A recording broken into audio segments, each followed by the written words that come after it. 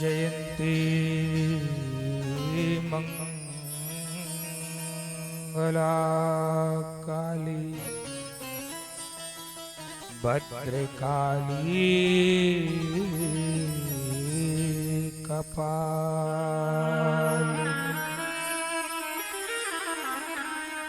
दुर्गा क्षमा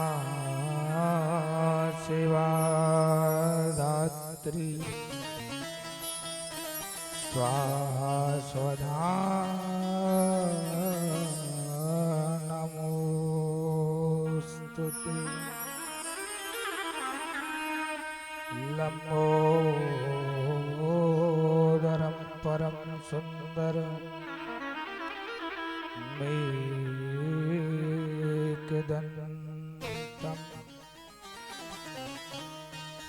रक्तांबरं त्रिनयनं परमं पवित्रं उद्भद्दिवाकर करो निभोज्वल कायकांतम कि आए हो सो प्रेम सो लो हरि का नाम जननी जनक इस दास के प्रभु श्री सीताराम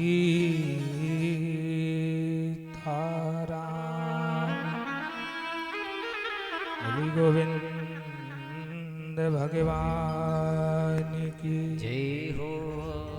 बोली राघवेंद्र सरकार की जय हो। सर्वप्रथम अनंत बलवंत संत श्री हनुमंत लाल जी के श्री चरणों में कोटि सा नमन वंदन दंडवत प्रणाम करते हुए स्वर्ग की देवी मां सरस्वती के श्री चरणों में मैं बारंबार प्रणाम करते हुए प्रातः स्मरणीय प्रातः वंदनीय पूज्य पाद सदगुरुदेव भगवान के श्री चरणों में कोटि कोटि नमन वंदन दंडवत प्रणाम करते हुए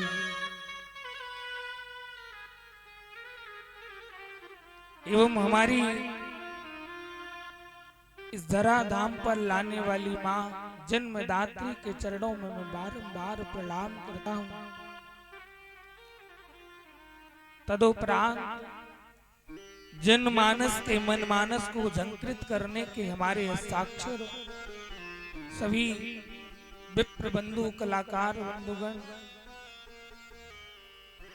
एवं परीक्षित की भूमिका में हमारे अपने स्नेही आदरणीय तिलक भगत जी एवं हमारी इस मंच की शोभा को बढ़ा रहे हमारे बड़े भाई आदरणीय तिलक व्यास जी एवं तबले पर संगति कर रहे हमारे बड़े भाई अजय शर्मा जी एवं ऑक्टोपैड पर संगति कर रहे हमारे बड़े भैया विष्णु तिवारी जी, हमारे गुरु भाई मोहित जी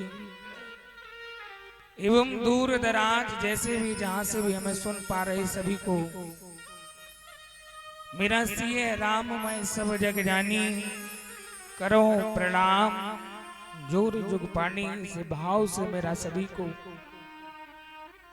बारंबार नमन बंदन प्रणाम करते हुए आइए हम लोग समय को व्यर्थ ना करते हुए पुनः उसी क्रम और उसी धारा में हम लोग प्रवाह करेंगे।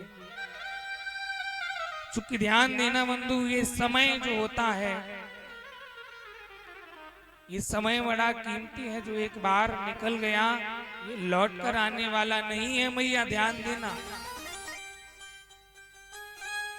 क्योंकि हम समय के अनुसार चलते हैं, इस समय हमारे अनुसार नहीं चलता है।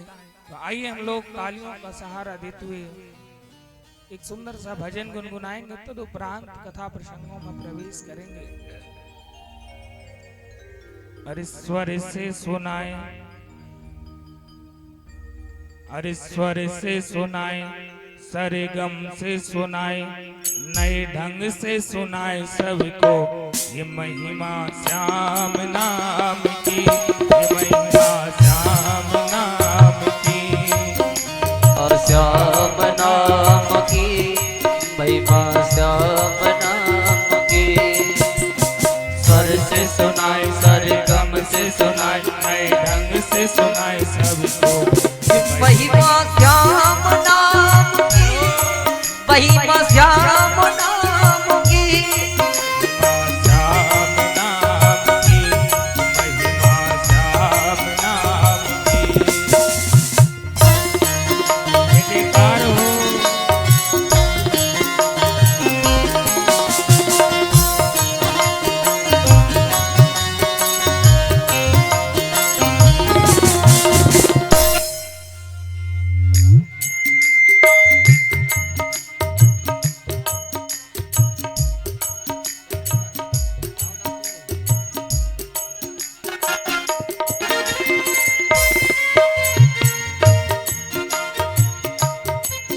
अजराना की रानी हो प्रेम की दीवानी, अजराना की रानी हो प्रेम की दीवानी।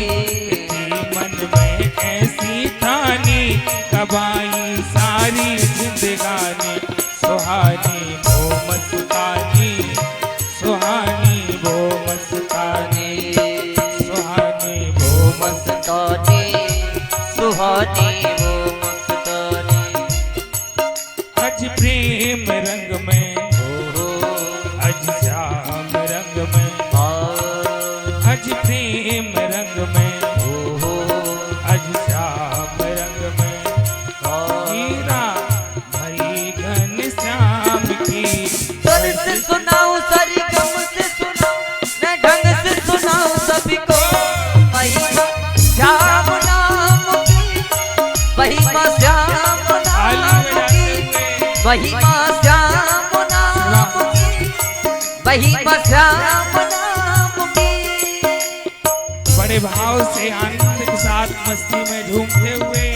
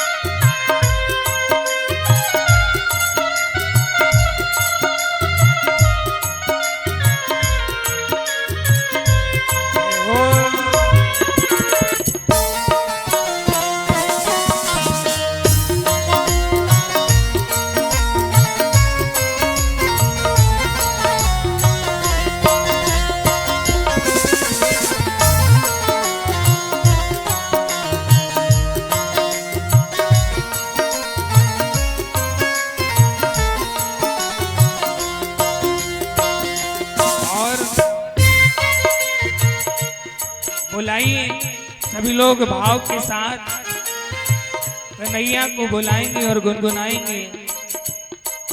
पांचाली बेचारी हो, पांचाली बेचारी, पांचाली बेचारी पुकारे आओ बनवारी। पांचाली बेचारी पुकारे आओ बनवारी। दुराचारी अत्याचारी रहे हैं खींच नहीं सारी। दुराचारी अत्याचारी रहे हैं खींच नहीं सारी। बिहारी ओ गिरधारी, जय हो बिहारी ओ गिरधारी, बिहारी ओ गिरधारी, गिरधारी ओ गिरधारी, बिहारी ओ गिरधारी, बिहारी ओ गिरधारी, बिहारी ओ गिरधारी, बिहारी ओ गिरधारी अजनीर भरैया अजनीर भरैया हालाज बचैया अजनीर भरैया हाथीर भरैया काया किस काम की सबको महिमा श्याम नाम की महिमा श्याम नाम की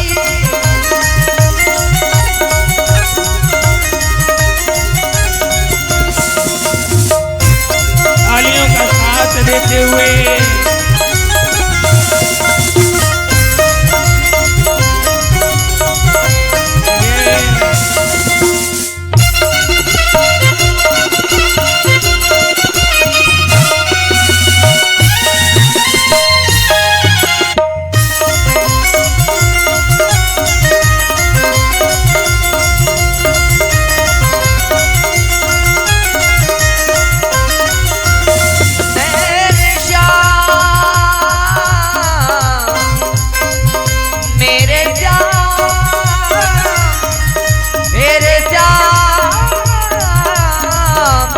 मेरे श्याम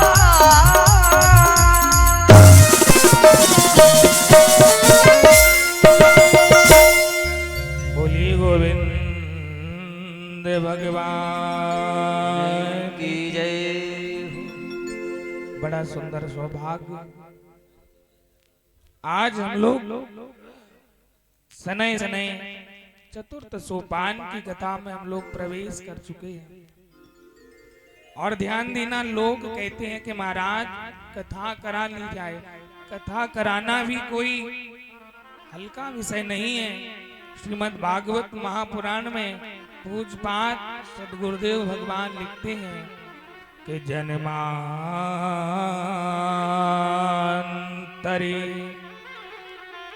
भवेत् पुण्यम जन्मांतरे भवेत् पुण्यम तदा भागवतम लभेत। जो हमारे एक नहीं अनेक जन्मों के ढेर पुण्य एकत्रित कर लेते हैं तो हमें ऐसा सुअवसर प्राप्त होता है। आज परीक्षित जी उठ करके खड़े होकर के प्रश्न कर देते हैं गुरुदेव अरे मैंने तो सुना है कि भगवान सभी पर दया करते हैं।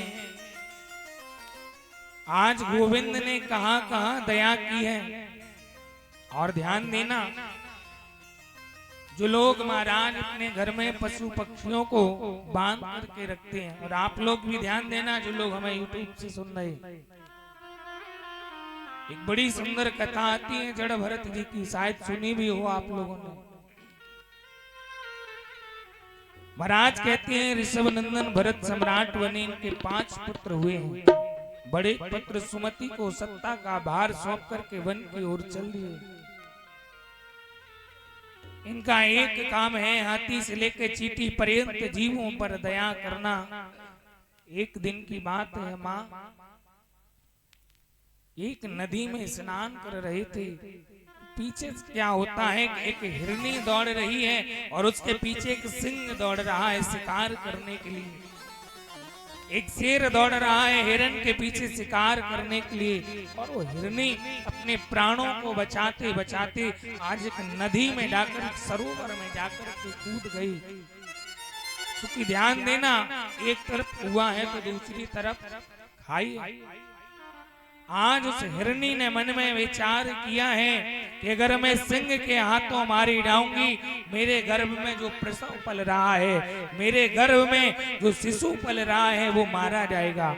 अगर मैं नदी में कूदकर अपने प्राणों को देती हूँ तो शायद अगर गोविंद की कृपा हुई तो मेरा जो प्रसव है वो तो बच जाएगा। ये होती है माँ। कि ध्यान देना बंधुओं अपने प्राण संकट में डाल दिए माँ ने। कहते हैं सागर से गहरी है माँ, सागर से गहरी है माँ किंतु सागर सी खारी नहीं। पवन से तेज है माँ, पवन से गतिशील है माँ किंतु तू पवन सी चंचल नहीं। अरे ये माँ है, माँ की कोई उपमा नहीं। आज हिरनी ने अपने प्राण संकट में डाल दिए और उस बच्चे को बचा लिया। इधर क्या होता है माँ? भरत जी महाराज उस नदी में स्नान कर रहे थे। भरत जी मन में ओम नमो भगवती वासुदेवाय का जाप कर रहे हैं। इधर इनके मन में विचार आया कि अरे मेरे सामने तो एक जीव की हत्या हो रही है। माला कमंडल वहीं को छोड़ दिया और उस हिरनी को बचाने चल दिए, लेकिन हिरनी तो प्राणांत हो गया। उस हिरनी का जो बच्चा है उसको गोद में ले लिया और घर ले आए। और ध्यान देना, मृग तृष्णा में फंस गए। सुबह जो त्रिकाल गायत्री करते थे, जो 2 समय सूर्य को जल अर्पण करते थे, और ध्यान देना हमें 2 समय सूर्य को जल देना चाहिए। प्रातः जब सूर्य उदय होता है तब, और सायंकालीन में जब सूर्य अस्त होता है तब 2 बार सूर्य को जल दिया जाता है। आज महाराज तीनों टाइम की संध्या करना भूल गए, भजन पूजन पाठ करना भूल गए। सुबह होती है उस हिरन के बच्चे में लगे रहते हैं, शाम होती उसी हिरन के बच्चे में लगे रहते हैं। ये कथा को जरा अपने पारिवारिक संबंधों से जोड़ करके चलना। आज समय अपनी गति से बढ़ता चला जा रहा है। आगे क्या होता है? एक हिरन का झुंड आया। उस हिरन के झुंड में तो हिरन का बच्चा था, वो दौड़ करके चला गया। उसने देखा कि अरे ये तो मेरी प्रजाति है। उस हिरन के बच्चे ने देखा कि ये जो और झुंड के जो हिरन आए हैं ये तो हमारी प्रजाति वाले हैं। और ध्यान देना, एक हम लोग हैं जो अपनी प्रजाति को नहीं पहचान पा रहे हैं। आज भी पढ़ा है कि तुम ठाकुर हो, हम क्षत्रिय हैं, हम ब्राह्मण हैं, तुम कुशवाहा हो। ध्यान देना परीक्षित, ये समय क्षत्रिय शूद्र वैश्य बनने का समय नहीं है। ये समय केवल और केवल हमें सनातन धर्म को मजबूत करने का समय है। क्योंकि कुछ विदर्भी हमारे देश में आ गए और हमारे सनातन धर्म को तोड़ने के लिए पड़े हैं। आज ये समाज इस स्तर पर पहुंच गया है, जहां बात की जाए वहां केवल और केवल मतभेद की बात आती है। छोटा भाई बड़े भाई से लड़ जाता है केवल एक बीता जमीन के ऊपर। ध्यान देना मैया, जमीन लड़ाई जब भी होगी तो केवल एक बीता जमीन पर होगी।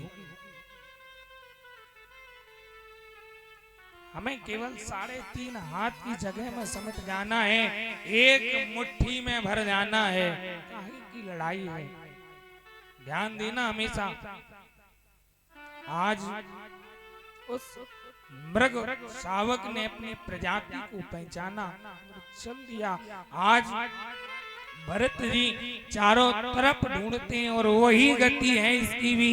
जैसे अयोध्या में राजा रामचंद्र की जिस समय सीता जी को ढूंढने गए थे, लताओं और पताओं से पूछा था और कह रहे थे, हे खगमग हे मधुकर शेनी, हे खगमग हे मधुकर शेनी, तुम देखी सीता मृगनयनी, तुम देखी सीता मृगनयनी, हे खगमग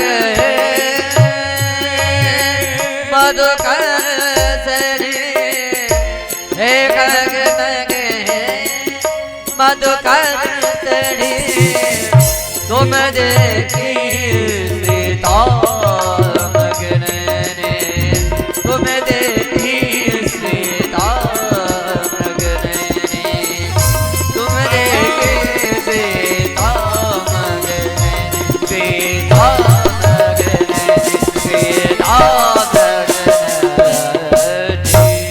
आज जैसे राम जी रो रहे थे सीता के लिए कि हे खग मृग हे मधुकर श्रेणी, क्या तुमने मेरी सीता को देखा है? आज वही गति इस हिरण शावक की हो गई। आज जड़ भरत जी रो रहे हैं। आज वृक्षों से पूछा कि हे वृक्ष, हे लताओं, हे पताओं, हे सूर्यदेव, क्या तुमने मेरे हिरण के बच्चे को देखा है?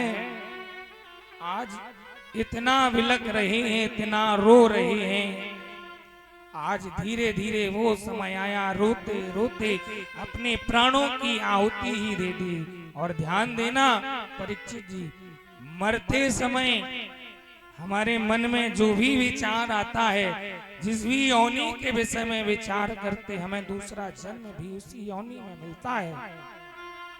महाराज भागवत में वर्णन आया है कि एक मृगा के कारणे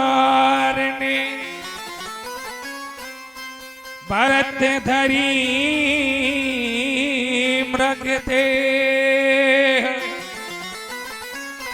ध्यान देना, एक मृगा के कारणे भरत धरी मृग देह।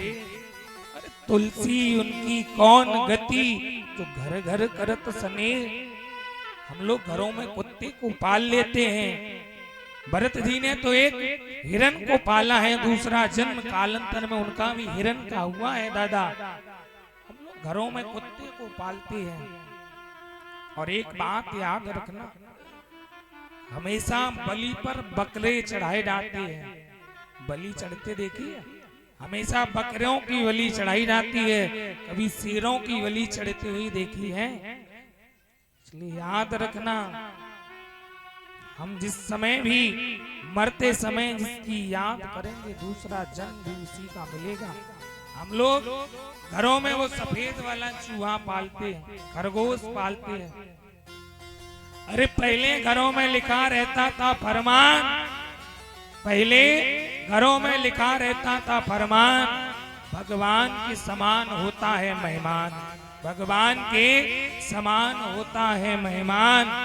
अरे अब तो लिखा रहता है हो जाइए सावधान, सावधान।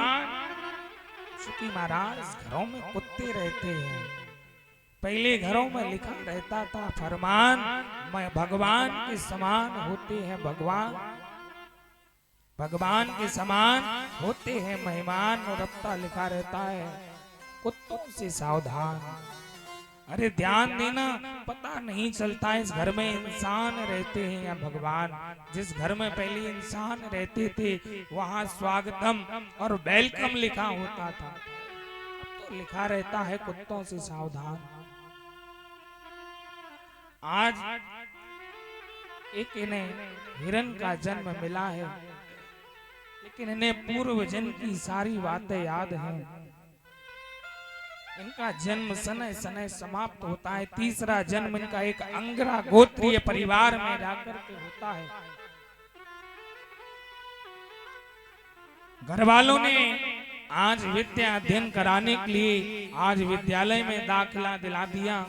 विद्यालय में भेज दिया, जाओ भरत तुम जाकर के पढ़ो जाके। भरत जी के मन में विचार आया, अरे नाना, अगर मैं पढ़ने में लग गया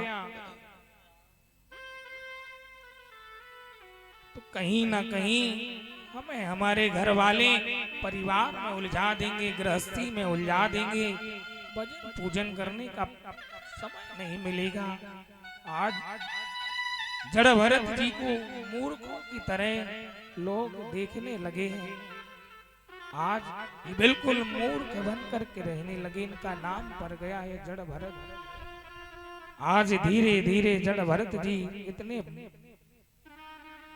मूर्खता भरे कार्य करते हैं। आज घर वालों ने काम पर भेजा, जाओ भरत खेत पर जाना और मैंने जितनी भी ये फसल बोई है उस फसल को तुम रखाए रहना। भरत जी को मैया बिल्कुल मूर्खों की तरह व्यवहार करने लगे।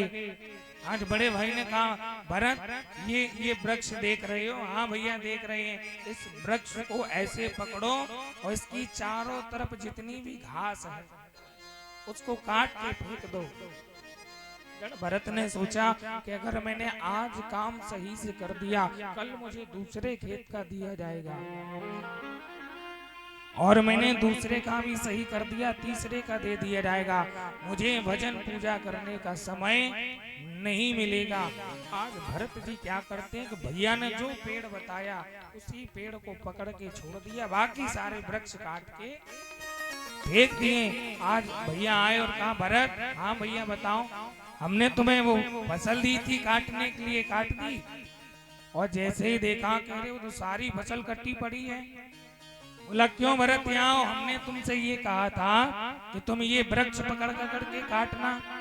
तो भरत जी ने भी हाथ जोड़ा, भैया आपने ही तो कहा था कि इस वृक्ष को ऐसे पकड़ के चारों तरफ से काटना।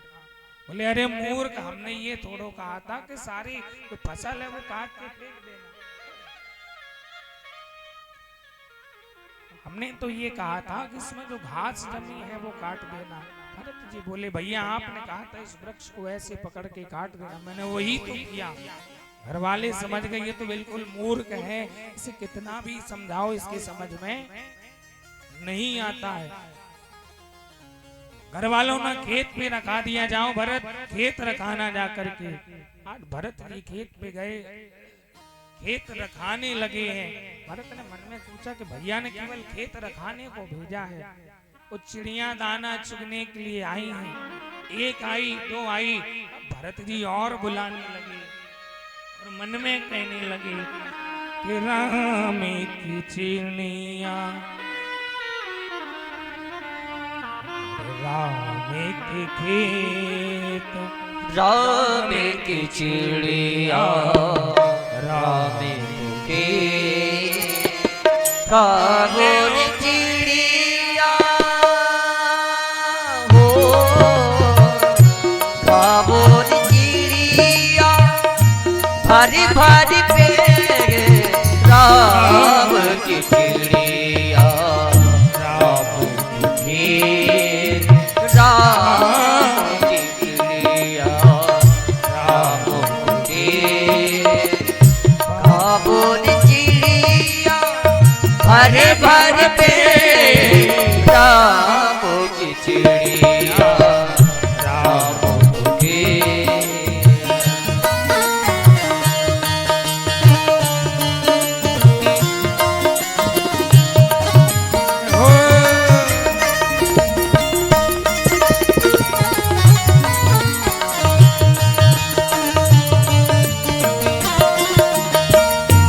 राम की चिड़िया, राम को खेत, राम को खेत, राम की चिड़िया, राम को खेत, राम को खेत, ओ खाबोर चिड़िया भर भर पेट, खाबोर चिड़िया भर भर पेट, राम की चिड़िया, राम के राम की चिड़िया, राम के राम की चिड़िया, जयकार हो। राम के काबुल चिड़िया भरी भरी पेड़, राम की चिड़िया, राम की चिड़िया, राम के आज मन में गा रहे हैं राम की चिड़िया, राम के खेत और प्याले चिड़िया भर भर पेट। और जैसे ही माँ घर वालों ने देखा कि अरे भरत जी तो बुला रहे हैं चिड़ियाओं को, और घर वालों ने कहा क्यों भरत, हमने तुमसे कहा था खेत रखाना और तुम चिड़िया चुगवा रहे हो। भरत जी घुटनों के बल बैठ गए, हाथ जोड़ करके बोले भैया आपने हमसे क्या कहा था कि खेत रखाना है, तो भैया नापो, पूरब से पश्चिम तक, उत्तर से दक्षिण तक पूरा खेत नाप लो, अगर एक भी अंगुल कम मिले भैया हम जिम्मेदार हैं। आपने ये कहा खेत रखाना है, हम खेत रखाए। घर वालों ने समझ लिया बिल्कुल भी विवेक नहीं है, बिल्कुल भी बुद्धि नहीं है। घर वालों ने घर से निकाल दिया, जाओ। महाराज रास्ते में चले जा रहे थे, इधर महाराज क्या होता है एक दिन की बात, एक डकैतों का सरदार है, इसने माँ भद्रकाली के दरबार में मनौती मांगी है, माँ अगर मुझे कोई संतान होगी तो मैं तुम्हें नरबलि चढ़ाऊंगा। वो माँ की कृपा से उसे संतान हुई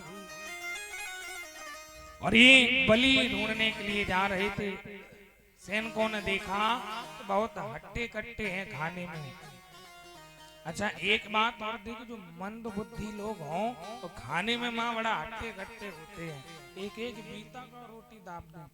हाँ अरे एक जगह की तो बात है, हम गए वहां तो आज चर्चा चल रही थी, तो एक चाचा बोले ऐसा करो कि हम भंडारे में जा रहे हो, मेरे लिए चारपाई लगा दो।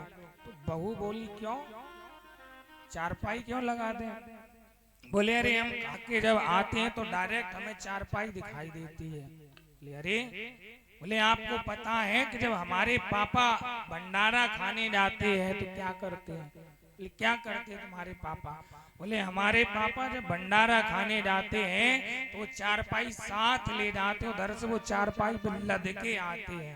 अब समझो साहब, ऐसे ऐसे खाने वाले हैं, पता नहीं ये लोग खाने के लिए जीते हैं या जीने के लिए खाते हैं। इतना इतना खाने वाले, पता नहीं साहब क्या अनाज से दुश्मनी है। एक सज्जन तो कह रहे थे भैया कि दाने दाने पे लिखा है खाने वाले का नाम। वहीं हमारे तिलक भैया ने देखा उस व्यक्ति की तरफ और बोले आप तो ये कहो कि बोरे बोरे पे लिखा है खाने वाले का नाम, चूंकि इतना खाते ही हैं। तो महाराज इधर जैसे ही आज भरत जी को बलि चढ़ाने के लिए लेके गए, इधर जैसे ही आज भरत जी ने देखा कि आज सुंदर सुंदर भोजन पवाए जा रहे हैं, माल अर्पण की गई है। आज भरत जी ने पूछा कि भैया क्या होगा? एक ने बताया कि आज तुम्हारी बलि दी जाएगी। आज भरत जी बड़ा प्रसन्न हो गए, अरे मेरी बलि दी जाएगी। हाँ, भरत जी ने सोचा कि चलो जीते जी तो किसी के काम नहीं आया, मरने के बाद तो आएंगे। और जैसे ही माँ तलवार उठाई उस राजा ने, और जैसे ही भरत जी की गर्दन पर प्रहार किया, एकदम से खड़क करके माँ प्रकट हो गई और प्रकट वही फाड़ कर खंबा। और जैसे ही वो तलवार उस सरदार के हाथ से छूटकर उसकी गर्दन पर पड़ी, सरदार की गर्दन अलग जाकर के पड़ी। जैसे ही भरत जी ने ऊपर सर को उठाया और हाथ जोड़ करके कहने लगे, माँ क्या ये मेरा शरीर इतना भी तुम्हारे काम का नहीं था कि जो मैं जीते जी तो किसी के काम नहीं आया? माँ मरते समय तो तुम्हारे काम आ जाता। पत्थर की मूरत से आवाज आई, भरत अगर तुम्हारे जैसे भक्तों की बलि चढ़ जाएगी तो कौन मुझे माँ कहेगा? कलयुग के आते आते कौन मुझे माँ कहेगा? लाल तू मेरा संतान है, तू मेरा बेटा है, तुम्हारी बलि कैसे चढ़ा दूंगी? आज भरत जी बार बार माँ से मनौती कर रहे हैं। इधर अब इनके एक ही काम रह गया है, सुबह से शाम तक माँ की सेवा करना। एक दिन की बात, ये जंगल में समिधाएं बीनने के लिए गए हैं। इधर महाराज सिंध सौवीर देश का राजा है रघुगढ़, जो महाराज कपिल देव के आश्रम पे कपिलाष्टाध्यायी का प्रवचन सुनने के लिए जा रहे थे। रास्ते में महाराज राजा रघुगढ़ का एक कहार बीमार पड़ गया। आज उन कहारों ने राजा से कहा, राजन मेरा एक कहार बीमार पड़ गया है। राजा ने कहा कि रास्ते में तुम्हें जो दिखाई दे हट्टा कट्टा उसी को लगा लेना। आज भरत जी समिधाएं बीनने के लिए गए। जैसे ही भरत जी को देखा कि कहा कि हमारी पालकी में लगो। भरत जी बहुत सीधे हैं, पालकी में लग दिए। और जैसे ही देखा कि आज चींटियों का झुंड मिला है, आज भरत जी पांव उठा करके रखते हैं, राजा की पालकी हिल जाती है। थोड़ा और आगे चले महाराज, कुछ और असुविधाएं हुई। राजा रघुगढ़ का सिर कभी पालकी में इधर लगता है, कभी उधर लगता है। आज रघुगढ़ क्रोध में आकर के बोला, अरे तुम्हें दिखाई नहीं देता है कि राजा को कैसे लेकर के चला जाता है। आज राजा क्रोध में आकर के कहने लगा कि मैं तुम्हारा वध कर दूंगा। और जैसे ही इतना कहने के बाद अपने सिर को उस पालकी के बाहर निकाला, राजन देखा कि कंधे पर जनेऊ पड़ा हुआ है। हाथ जोड़ करके कहने लगा, राजन कौन है तुम? काशी तुम, कहा भी माओ, परिचय दो, राजन कौन है? कहा कि मैं भी एक तुम्हारी तरह इंसान हूं। आज शास्त्रार्थ की बातें करने लगे और जैसे ही कहा कौन हो, बार बार पूछने पर भी नहीं बताया, तो राजा फिर क्रोध में आकर के कहने लगा, क्या तुम्हें पता नहीं है एक राजा में सब भगवान होते हैं, सर्वदेव मया नृपा। क्या तुम्हें पता नहीं है राजा भगवान के समान होता है? क्या तुम्हें अपनी मृत्यु का भय नहीं है? बार बार राजा कहने लगा कि मैं तुम्हें मिट्टी में मिला दूंगा। और जैसे ही भरत जी ने सुना, कहा कि मिट्टी में मिला दोगे? भरत जी ने सोचा ये हमारा अपमान करेगा, कहीं भगवान क्रोधित ना हो जाए। भरत जी कहने लगे, सुनो राजन, क्या कह रहे हो, मुझे मिट्टी में मिला दोगे? अरे ये मिट्टी का बना संसार, ये मिट्टी में बने हम लोग, क्या समझते हो? तुमने भी मिट्टी में जन्म लिया है, हमने भी मिट्टी में जन्म लिया है। जन्म लेने के बाद एक दिन तू भी मिट्टी में मिल जाएगा और मैं भी मिट्टी में मिल जाऊंगा। बार बार मिट्टी मिट्टी मत कर राजा, एक दिन तेरी भी मिट्टी उठ जाएगी और एक दिन मेरी भी मिट्टी उठ जाएगी। बात करते हो तो जैसे इतने उपदेश सुने, हाथ जोड़कर कहने लगा, राजन कौन हो, परिचय दो। चूंकि महाराज अगर मुझे डर लगता है तो केवल एक ब्राह्मण के अपमान का डर लगता है। चूंकि महाराज जायते अस्ति, राजन मुझे किसी भी चीज का भय नहीं लगता है। इंद्र कुलिस ममसूल विशाला, मुझे इंद्र के वज्र का भय नहीं लगता है। यहाँ तक कि महाराज कितना भी बड़ा पाप हो जाए मुझे डर नहीं लगता है। अगर मुझे डर लगता है तो केवल एक ब्राह्मण के अपमान का डर लगता है। इसलिए राजन कौन हो, आज अपना परिचय बताया है। और इधर महाराज भरत जी कपिलाष्टाध्यायी का उपदेश देते हैं। ये राजा बार बार प्रार्थना करके चरणों में गिरता है। आगे महाराज समय अभाव होने के कारण आगे की कथा हमारे पूज्य गुरुदेव भगवान के श्रीमुख के द्वारा सुनेंगे।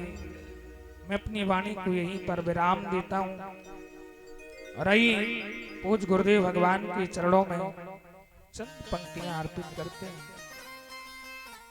अरे गुरुवर तुम्हारे प्यार ने, अरे गुरुवर तुम्हारे प्यार ने जीना सिखा दिया। गुरुवर तुम्हारे प्यार जीना सिखा दिया। गुरुवर तुम जीना सिखा दिया। गुरुवर गुरुवर तुम्हारे प्रेम ने जीना सिखा दिया। गुरुवर तुम्हारे प्यार ने जीना सिखा दिया। जय हो।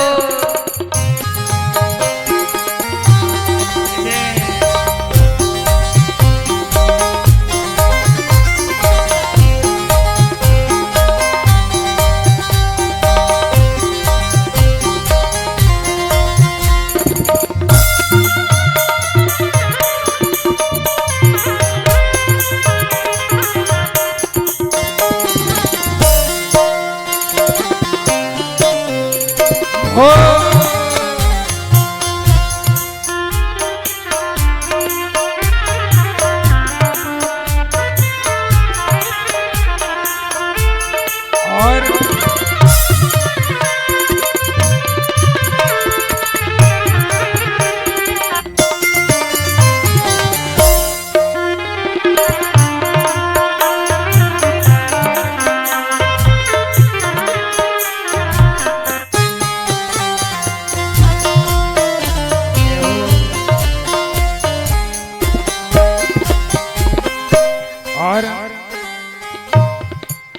मध्य में गुरुदेव भगवान का आगमन हो गया है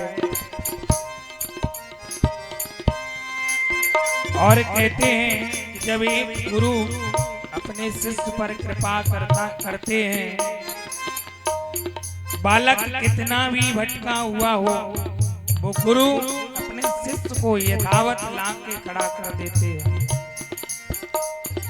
भूला हुआ था रास्ता, भटका हुआ था मन, भूला हुआ था रास्ता, भटका हुआ था मन, भूला हुआ था रास्ता, भटका हुआ था मन।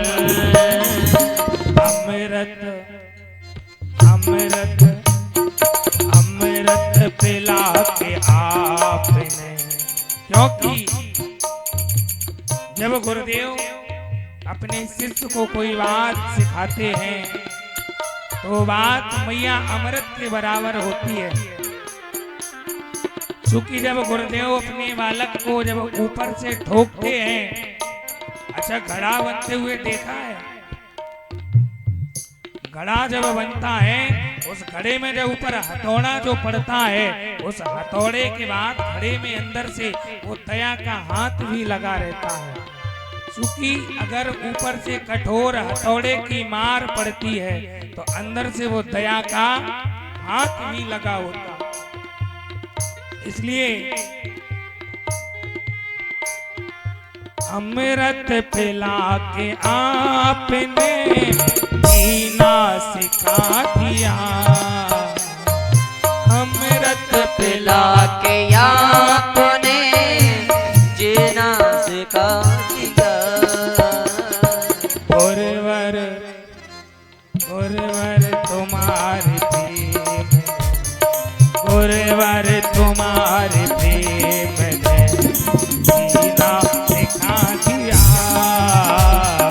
गुरुवर तुम्हारे प्रेम ने जीना सिखा दिया। जय हो।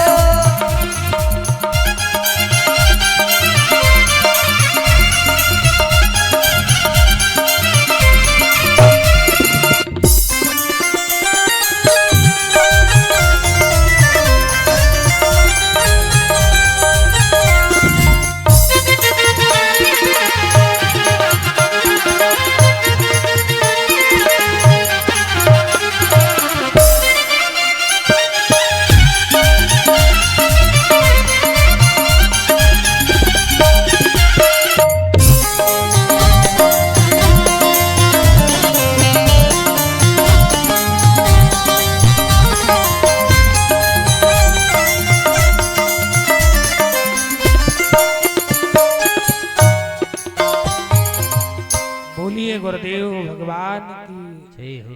आज वो हाथ जोड़ करके रघुगढ़ बार बार कहने लगा है कि गुरुदेव मुझे अगर अपमान लगता है तो केवल ब्राह्मणों के अपमान का डर लगता है, मुझे इंद्र के वज्र का भय नहीं लगता है। राजन, इसलिए महाराज कौन है आप बताएं। आज बार बार निवेदन करने पर आज अपना परिचय दिया है और कहा राजन क्यों मरने और जीने की चिंता करते हो, आज सांख्य शास्त्र का उपदेश दिया है। आगे महाराज कहते हैं बड़ी सुंदर कथा आती है। महाराज ये कथा कहीं दूर की नहीं है, जहाँ के यहाँ 70% लोग बैठे ये उसी जनपद की कथा है। कि कान कुब्जे तुझे कश्चिद दासी पुत्र अजा मिला, कान कुब्जे तुझे कश्चित दासी पुत्र अजा मिला। और आइए हमारे मध्य में श्री सांवरिया सरकार का आगमन हो गया है। अरे सारे तीर्थ धाम आपके चरणों में हे गुरुदेव प्रणाम आपके चरणों में। चरणों में भारती